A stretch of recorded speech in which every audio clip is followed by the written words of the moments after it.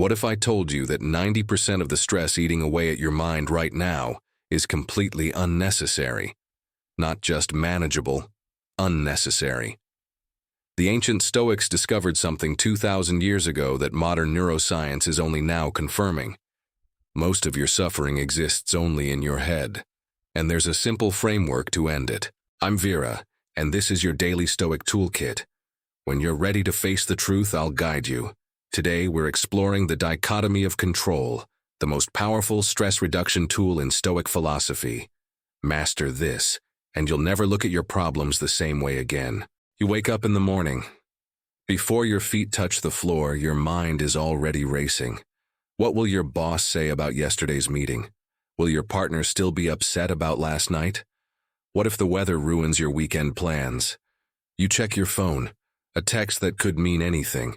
Your mind fills the gaps with worst-case scenarios. You're already exhausted, and your day hasn't even started. Sound familiar? Here's what's happening. You're fighting battles you can never win. You're trying to control the uncontrollable. Modern life tricks us into believing we have more control than we actually do. We think if we just worry enough, plan enough, or stress enough, we can control outcomes. We can't. Think about your last week. How much time did you spend worrying about what someone else thinks of you? How much energy did you waste trying to predict the future? How many nights did you lose sleep over things that never happened? The Stoics called this confusing what's up to us with what's not up to us.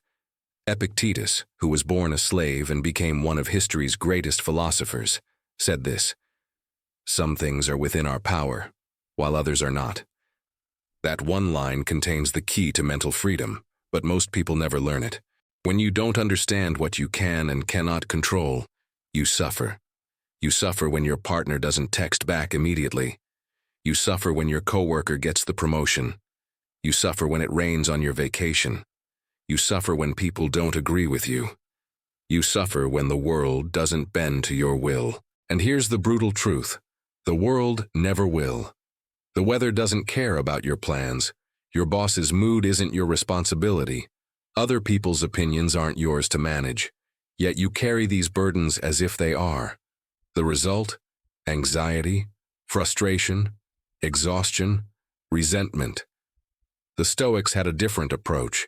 Epictetus divided all of existence into two categories: things within your control and things outside your control. That's it.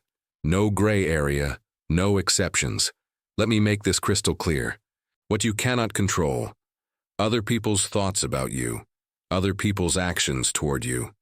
The past? It's already happened. The future? It hasn't happened yet. The weather, traffic, politics, the economy. Whether you get sick, injured, or face loss. Your reputation, your social status, your external success. How long you'll live. These things are not up to you. Trying to control them is like trying to stop the ocean with your hands. What you can control: your thoughts, what you choose to focus on. Your judgments, how you interpret events. Your actions, what you choose to do right now. Your effort, how much you commit to something. Your values, what you stand for. Your responses, how you react to circumstances. Your character, who you choose to become. That's it. That's the list. And here's the radical part. That list is enough. Marcus Aurelius was emperor of Rome. He faced plague, war, betrayal, and the collapse of everything he tried to build. Yet in his private journals, now called Meditations, he wrote, "You have power over your mind, not outside events. Realize this, and you will find strength." He didn't have power over the plague killing his people. He didn't have power over the barbarians invading his borders. He didn't have power over the senators plotting against him. But he had total power over his response. He could choose courage over fear. He could choose duty over comfort. He could choose virtue over victimhood. And that made all the difference. Today, you're bombarded with information. Social media shows you thousands of problems you can't solve. The news shows you crises you can't control. Your phone reminds you of everyone else's life, which isn't yours to manage. The modern world is designed to make you feel powerless. But the dichotomy of control cuts through all of it. Stop trying to control your boss. Control your work ethic. Stop trying to control your partner's feelings. Control your own integrity in the relationship. Stop trying to control the economy. Control your spending and your skills. Stop trying to control other people's opinions. Control your own character. This isn't resignation.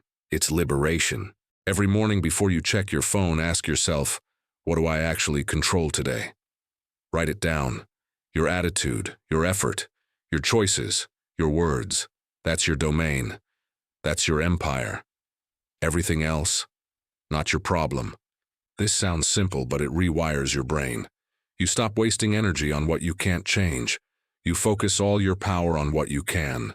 When stress arises, ask, is this within my control? If yes, take action, make a plan, do something. If no, let it go, immediately. Example, you're worried about a job interview tomorrow. Can you control whether they hire you? No. Can you control your preparation, your attitude, your effort? Yes. So prepare. Show up with integrity. Give your best. Then let go of the outcome. The Stoics called this acting with reserve. Do your part, then accept whatever follows. When something bad happens, you have a choice.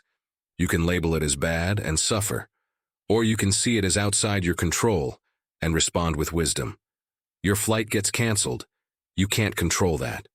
You can control whether you stay calm, adapt, and make the best of it. You lose your job. You can't control that.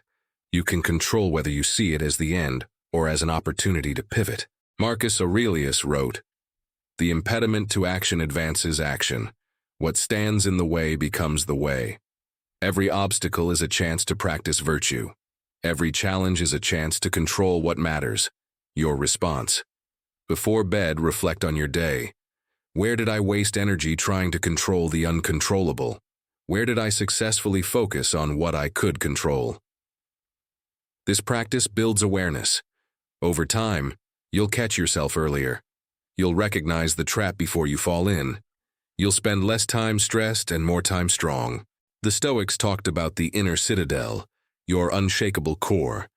No matter what happens outside, your inner citadel remains strong. How do you build it? By consistently choosing what's within your control. By practicing virtue even when no one's watching. By training your mind to distinguish between what's yours and what's not. This isn't easy, it's a practice.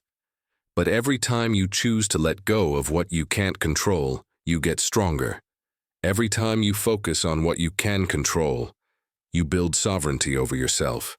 And that sovereignty, no one can take it from you. Here's the paradox that changes everything. The less you try to control, the more control you actually have. When you stop trying to manage other people's opinions, you're free to be yourself. When you stop trying to control outcomes, you're free to give your full effort. When you stop trying to force the world to bend to your will, you find peace. This is what the Stoics called amor fati, love of fate, not passive acceptance, active embrace. Whatever happens, you say, this is what I have to work with. Let me respond with excellence. Let's get practical. You're in a relationship. Things are tense, your partner is distant, you're anxious. Old you tries to control their mood, asks, what's wrong, 100 times, spirals into worry. New you, applying the dichotomy, I can't control their feelings, I can control my behavior. You focus on being present, kind, and honest. You set a boundary if needed. You communicate your needs clearly. Then you let go of their response. Either they meet you there, or they don't. Either way, you maintained your integrity. That's power. Your boss is unpredictable. The company culture is toxic. Old you, stressed, resentful, feeling powerless. New you, I can't control my boss. I can control my work quality and my next move. You do excellent work, not for them, but for you. You build skills, you network, you prepare an exit strategy. You stop giving them power over your inner state. You reclaim your agency. You get sick. A loved one dies. Life throws a curveball. This is the ultimate test. You can't control illness. You can't control death. You can't control loss, but you can control your response. The Stoics practiced memento mori. Remember you will die. Not to be morbid, but to be free. When you accept that loss is inevitable, You stop wasting time on resentment. You focus on what matters, how you live right now. Seneca wrote, "Life is long if you know how to use it. Most people waste it trying to control what they can't. You won't anymore." Here's your daily Stoic practice. Morning. What can I control today? Throughout the day, is this within my control? If no, let it go. Evening. Where did I waste energy? Where was I strong? Do this every day for 30 days. Watch what happens. You'll feel lighter, calmer, more powerful. Not because your problems disappeared, but because you stopped carrying problems that were never yours. Imagine a life where you don't lose sleep over other people's opinions. You don't waste energy trying to change the past. You don't drown in anxiety about the future. You focus all your power on this moment, this choice, this action. That's the Stoic life. That's mental freedom. Seneca warned, "We suffer more often in imagination than in reality." Most of your stress isn't real, it's projected. You're fighting ghosts, things that haven't happened and probably never will.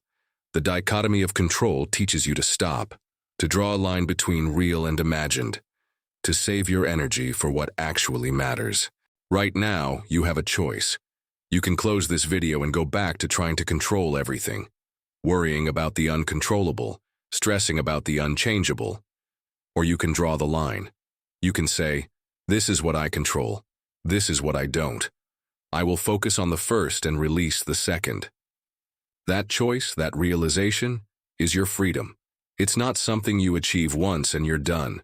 It's something you practice every single day. Every moment is a chance to apply it. The Stoics don't promise you an easy life. They don't promise success, wealth, or constant happiness. They promise something better, inner peace regardless of external chaos. They promise sovereignty over yourself. They promise freedom from unnecessary suffering. And they deliver if you practice. If this resonates with you, I want you to do something. Not for me, for you. Subscribe to this channel for more unapologetic Stoic truth. Share this video with someone who's carrying too much. And most importantly, apply this today. Don't wait, don't overthink it. Today, when stress arises, ask, "Can I control this?" If no, let it go. If yes, act. That's it. That's the practice that will change your life. Marcus Aurelius, on the battlefield surrounded by death and uncertainty, wrote, "Confine yourself to the present. Not the past, not the future. The present moment is the only thing you truly control. Your thoughts right now, your actions right now, your character right now. That's your empire. Rule it well." I'm Vera. This is your Daily Stoic Toolkit. When you're ready to face the truth, I'll be here to guide you.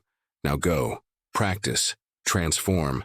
The stress you're carrying, 90% of it was never yours to carry. Put it down and walk free.